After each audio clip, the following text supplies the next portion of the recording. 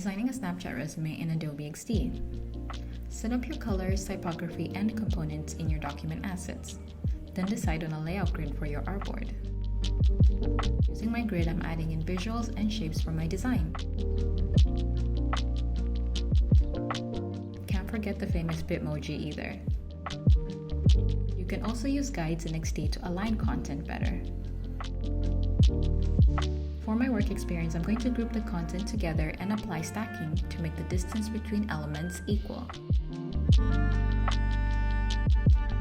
Can't miss out on adding a few featured case studies either. I like to add a linear gradient on top of images before adding text to them, to see the text better. Finally, just adding in a few featured tools and skills.